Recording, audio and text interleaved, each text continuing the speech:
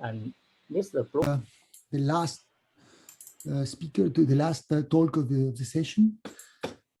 And the talk will be delivered by Professor Huey-Wen Lin.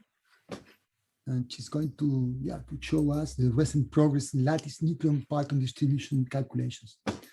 So please. Okay. You can All go right. ahead. Okay.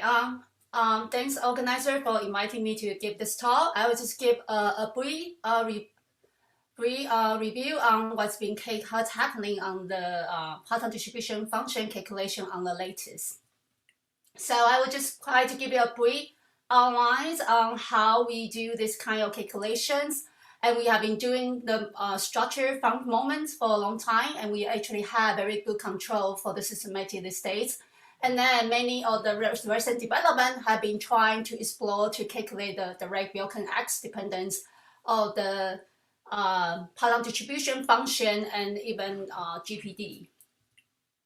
So Sinead had get a very good Lattice QCD introduction, and here I just want to briefly remind you about the things that's slightly different in the Lattice might be very different from the area you're working on. So all our calculations done in Euclidean space, so we only deal with a number of real problems. Our quad masses can be different from physical quad masses. And so often we will do multiple calculation from heaviest one, which is computational much more affordable, to physical Pion mass one, where we can nicely approaching the continuum limit. We do have some artifacts that's not exist in the real world. We have a lattice spacing, and this is like a resolution of the simulation. So we want to be as fine as possible, or make sure that at the end of the day, that does not change the physics we simulated. And similarly, we have a cutoff, infrared cutoff, which is basically the sizes of the boxes that we simulate in this very tiny Nucleon or different kind of hadrons. And at the end of the day, to compare with experiment or use as an input to combine with the global fit, one will have to take the Pion mass to the physical mass limit, or taking the lattice spacing to zero limit, and or the final value box to infinity, or demonstrate that neither of these are going to affect our physical observables. So on the lattice, what we often do is we will take some kind of QCD sampling. So this is like a snapshot of the QCD generation. This is usually done on a huge supercomputer, the fastest you can think of, and people do tons of optimization to be able to get down to the lighter quad masses. And so if I am doing the Nucleon calculation, I will create a Nucleon in certain Euclidean space-time, and I will calculate the propagator and then annihilate another space or time, and I will do some projection, etc., to maybe even probing different type of operator. That's how we study different type of structure. So in that sense, a little bit like experiment, you put in different you study different property of the hadrons.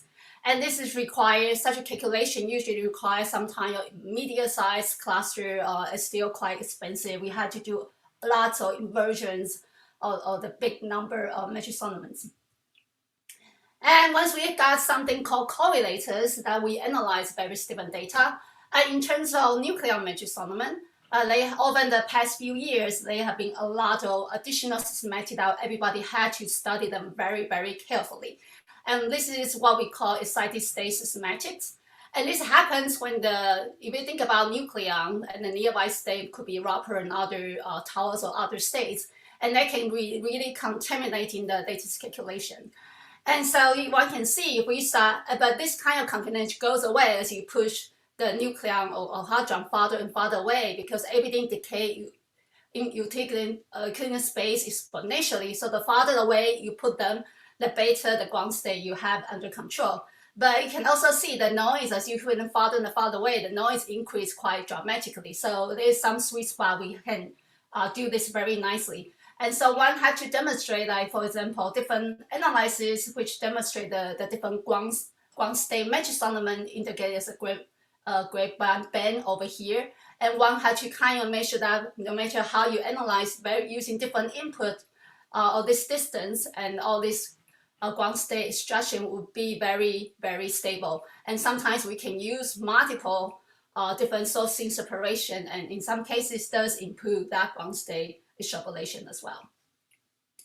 And then we had to do additional work to, again, like experiments. We also need to very carefully study our systematics. We had to do something called realization to match it with the MS bar, then we can compare everything there. And we also had to do carefully extrapolation to make sure that the Pion mass is the physical Pion mass, and volume and lattice spacing, those artifacts does not affect the physical result. And only then we actually can quote that lattice number is something that's controlled. Otherwise, it will be really just a monster living. It could be everybody can get in very different numbers. That's not unexpected. Without taking the proper limit, you can have one lattice classification disagree from another one because everybody have a different effects of the value and lattice spacing that contribute differently. All right, so there have been a lot of calculation, charges, etc. I don't have time to cover all that. I just want to focus on a few things related to the Parton distribution function, quantities such as the moments. And so we have, in this case, I will just give you an example on the tensor isovector moments. So we calculate the differences between up and down quark differences of the nucleons. And so one of the tensor transversity, this is corresponding to the integral of the transversity. And this is one of the quantity that we have really good experimental control yet. And the lattice actually able to kind of explain that. And for us, calculating the actual structure and the tensor structure is about the same procedure and difficulties. And so in here, we can actually have, for the first time, a very nice study on the Pion mass and lattice spacing dependence. And we are able to calculate multiple Pion mass points, which have a simultaneously extrapolation to the continuum A equal to 0 limit, and be able to have this under control. And so there are many calculations that have been done in the past. And so, like I said, every different collaboration will have different calculation that corresponding to various different systematics. So they are lattice discretization effect, finite value effect, and various different type of systematic. One had to be very careful. And so in this latest PDF report that we put out a few years ago, provide some kind of consumer's guide to give you a nice idea to kind of how did you compare different lattice number. And so if the systematics were under control, we're given a star as a kindergarten rating system that everybody can understand. And with the things that it's okay, we're given a circle.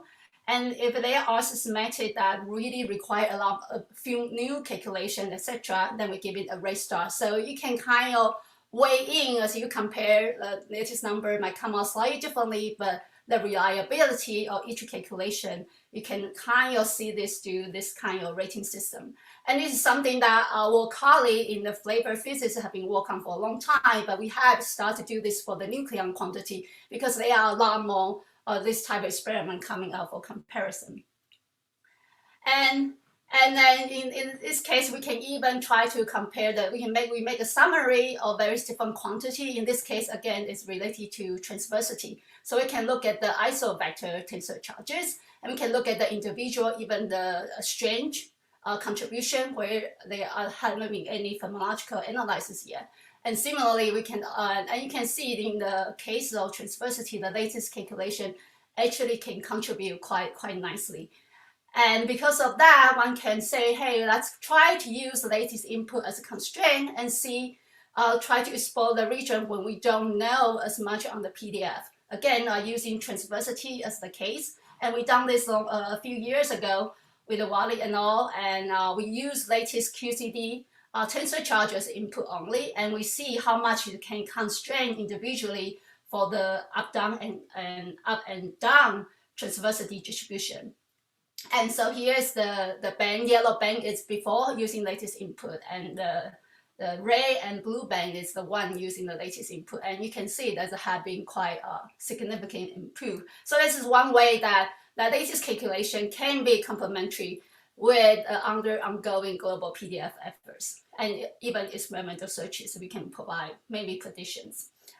And so this is all great. So these are the various different kind of moments that we have been calculating, and most of them up to about a moment.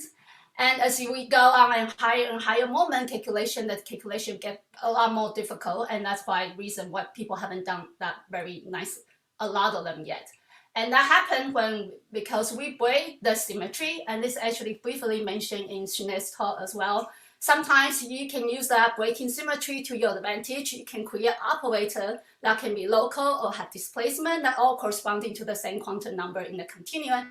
And then you can come up with various different quantum number combination to get to the excited state particle you want, because now you can write down many, many more operators. And sometimes it can work against us. In this case, as we go on to the higher moment, we have more missing issue with the lower dimension operator, and some of them become really hard to disentangle. And furthermore, this kind of calculations, a higher moment, it get a lot costly, and it's really hard to discern from one term to the other, because now the moment have multiple combination of the valence in the C and quark, etc. So for a long time, this have been a problem, and until about 2013, when Shandong Jun came up with this very nice idea. So here just really a cartoon demonstration of that. So all the Lycon, the PDF, etc., is all defined in Lycon. You can think about Lycon as infinite momentum boosting frame physical quantities.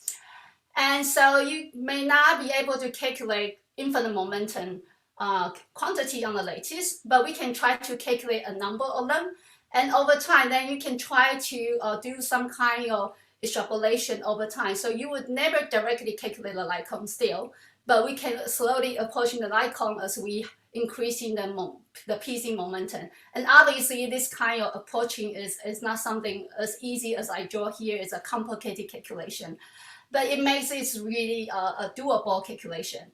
And that would mean that in addition to all this Pion mass, quantum mass go to the physical quantum mass limit, lattice spacing go to 0, and the final value go to infinity. Now, when you are looking at using this type of theory, you have to think about and make sure that your momentum is large enough. That's additional systematic we need to deal with. But that's okay. We have done this before. We never directly simulate lattice spacing at 0, but we can have very good control to get A small enough that we can demonstrate it doesn't affect the physics. Similarly, we can do this type of calculation by using large PC enough that we can have control a certain type of distribution.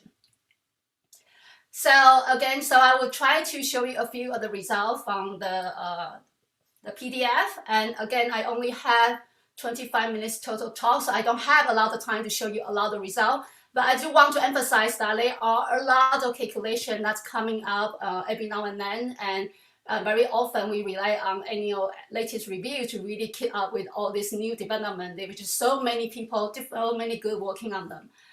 And so here's really just going to be a bias selection of mainly what I'm more involved with. And so there are actually also more than one method try to calculate direct X dependence of Parton distribution function is one of the most common quantity being calculated. So I'm just going to use that as an example. Right, so there are various different kind of quantity that can be calculated on the lattice. And so typically is we will have this, depends on the method. So this kind of quantity varies slightly differently.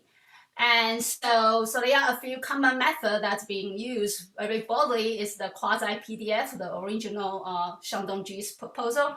And there's some variation called pseudo-PDF, and they're also widely used among ETNC and Win and Mary group. And then there was some new idea from Junwei. They're using lattice cross-section calculation method, which also had very promising result. And there are some other ideas such as the hadron tensor current that by Kai QCD and Regensburg QCD have this Euclidean correlation idea. So this is all very good to have very different ideas to try to attack a similar problem. And so all these different methods will have proposed different type of quantity you calculate on the lattice. And this kind of quantity will couple with the quantity we want, could be a PDF, could be a GPD, among other things. And then different method will have different kind of complicated matching kernels. And so these had to be calculated separately. And so at the end of the day, so we basically had to, so we had this inverse problem. We had to get out the green thing. That's what this green block is what we want. And then couple with the known calculations and then try to match up to what we calculate on the lattice to get this wanting PDF and GPD. And they do have a number of some drawbacks. So this kernel is complicated, And some people for a while have been only used for up to one loop since the first proposal coming out. And only until recently, they started having two-loop calculation. So that's something new. But if you think about it, that's like 7 years after that method was proposed. So it is very complicated.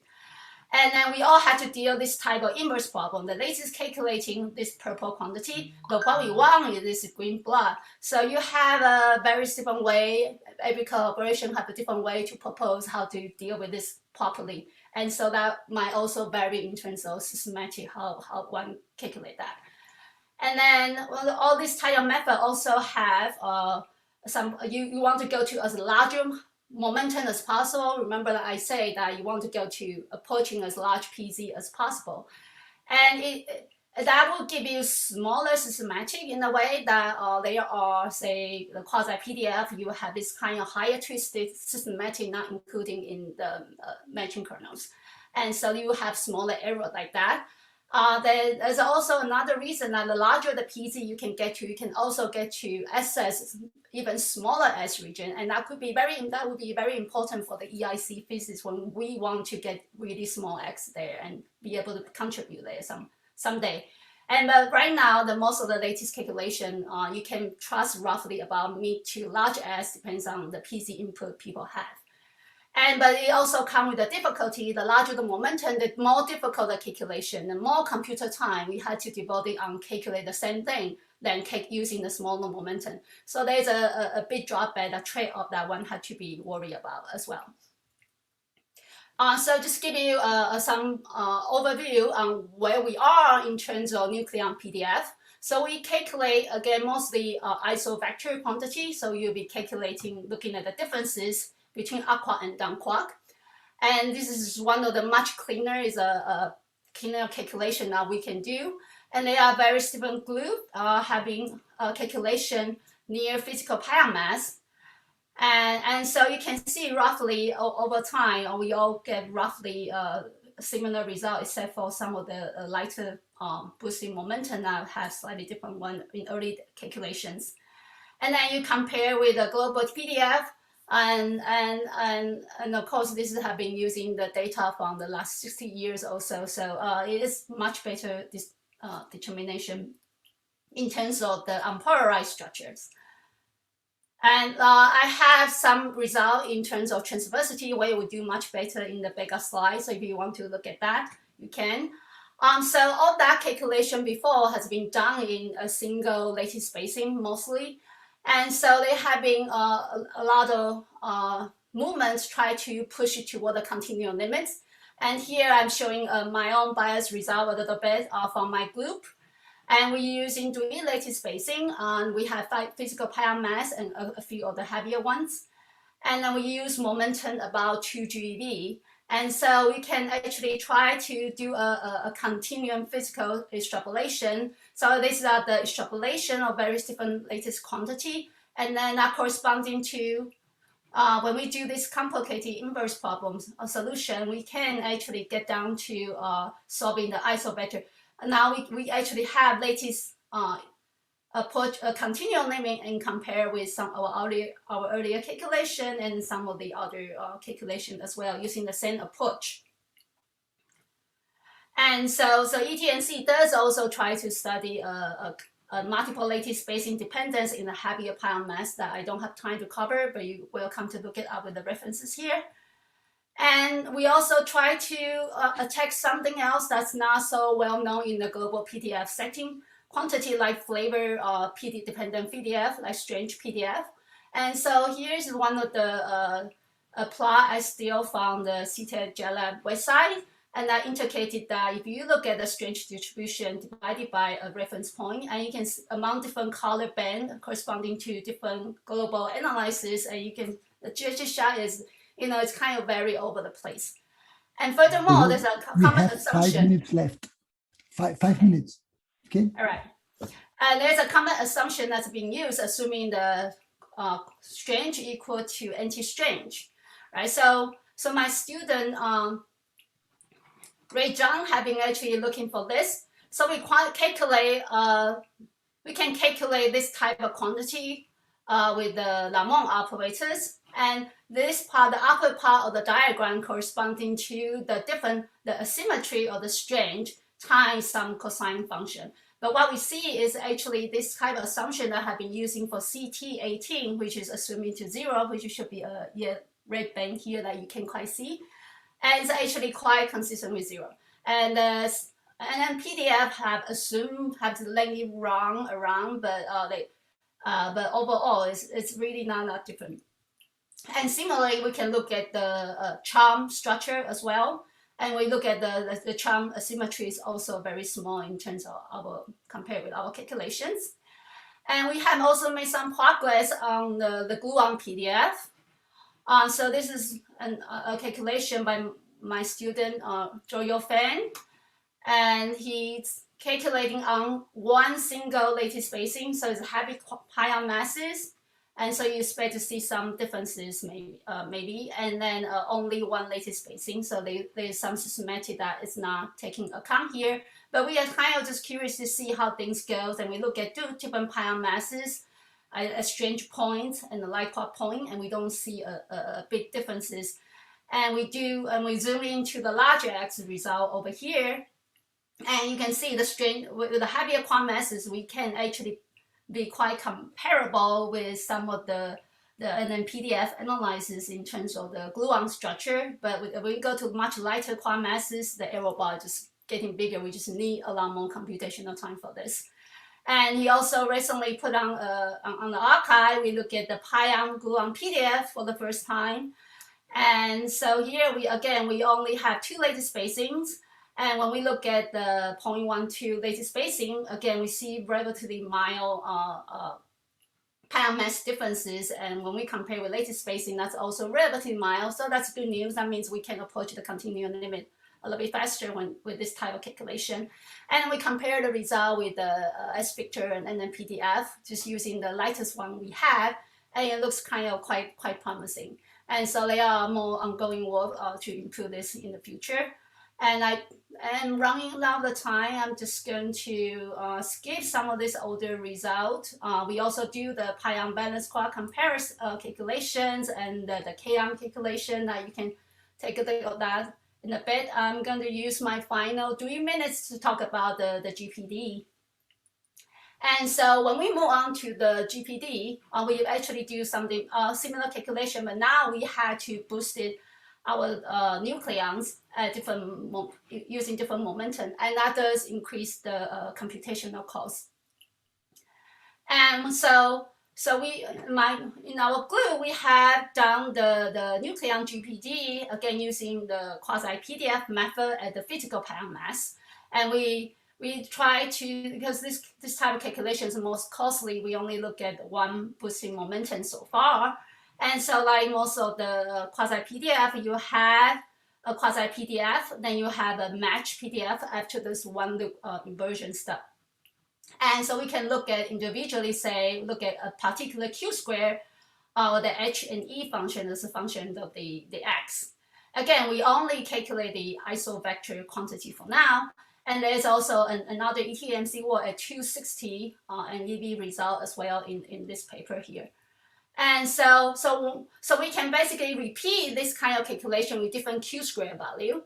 And so now we can ask, how is our GPT calculation match up with the previous latest calculation using moment method? So we can actually take the H function, for example, in here, I can take the H function, I can take the moment of my GPD, latest GPD, and I can look at, if n equal to 1, I can look at basically compare with the latest form factor calculation, which is there have been decades of such a calculation. And here I only compare with the near physical Pion mass. So these different points indicating from different collaboration, and the green band is my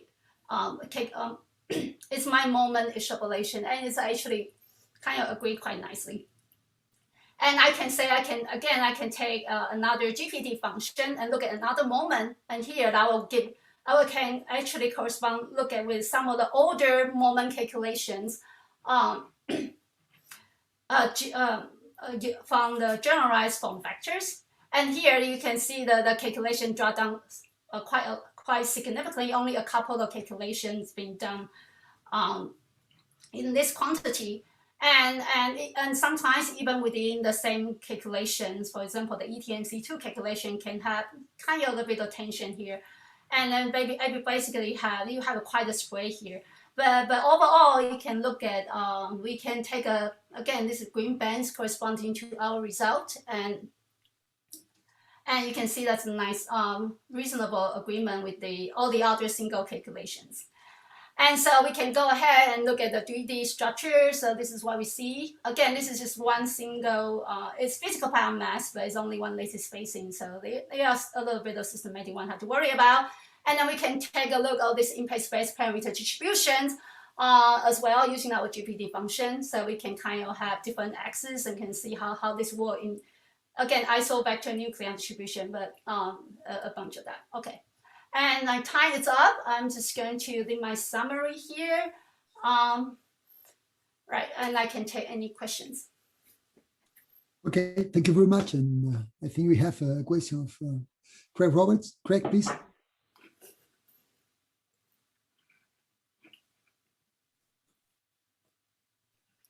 Hello, Huey-Wen. Thank you very much. Yes, I was muted.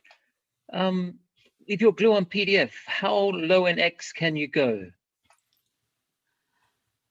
About in the Pions. In the Pion, that'll do for the moment, yeah. Yeah, roughly 0.3 or so. So what we do is we try, so we have, in our paper, we have more detail. So there is this matrix ornaments or how big of this momentum we calculate and how big this displacement that allow us to assess how small the S region is. So what we do is we do a towing model analysis. We take a PDF form. We basically take our pseudo data using the non-PDF form, and then we try to see how much that extent our calculation can reproduce exactly the same result. And it's roughly about 0.3, 0.2, 0.3, depends on whose PDF you use. Okay. And does your paper have a parameterization or representation of your results? Yeah, so our main results show here using just the simple 2 parameter, just like GEM. We do try to vary that parameter. We find when we use the S features result, the only one parameterization, that we will actually get a distribution closer to S features. But when we try to expand it to 3 parameter extrapolation, and we find only we use either GEMs or 2 parameter or 3 parameter, we start to get more stable distribution. So we decide to quote the same parameterization from GEM as our main result. Okay, so in your paper, do you have the parameter values that you're using here for this green band, for example? I don't I'm asking because I looked and I couldn't see them. So I was wondering if you do have them, maybe you could share them with us, because they might be useful in making comparisons for us. Right. So my students are actually in the middle writing an email to reply to your email. So. Okay, very good. Yes. Thanks a lot. Is there any more question? Anyone else? Okay, so Rick, please. Yes. Thank you, Wen, for the very interesting talk. I have a question on your slide 15, actually.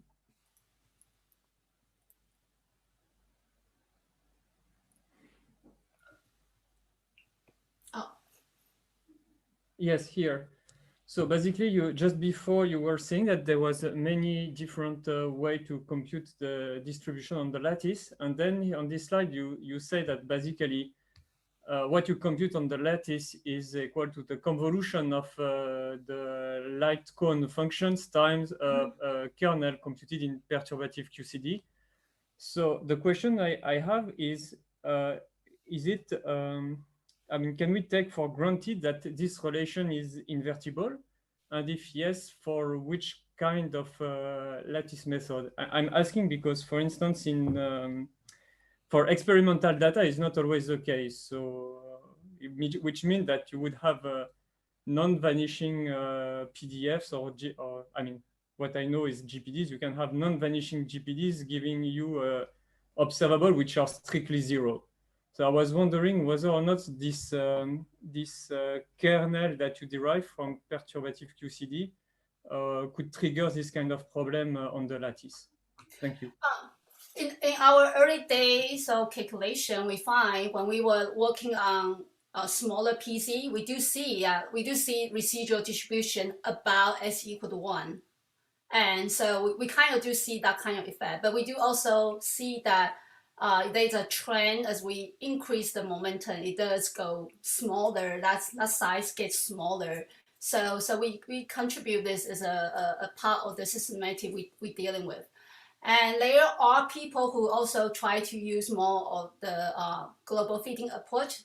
And sometimes they do find occasionally certain data can have, it's harder to distinguish where is the best fit, or the best fit definition might be kind of ambiguous because the differences of the chi-square is small. And so it really depends on the region of the data. And yes, you could get something that's you can explain or couldn't understand, and when you just kind of follow those kind of procedures, it happens. And occasionally, yeah, with the it does help. I guess the same thing as what you were doing. You had better precision of data. Things is extrapolation of getting this green blood is easier. Yeah, but we do see things like that happens in the small momentum or low statistic calculations. Okay, thank you. Okay. Anyone else? Any more comments or questions? No. I have one question myself. Can you go back to the Gluon PDF slide you have shown before?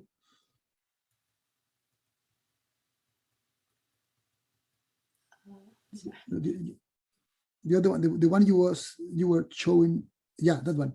Okay. Now, have you studied if there is because it seems you are working near the physical Pion mass, but perhaps I don't know if you can see there are some systematic effects due to the Pion mass.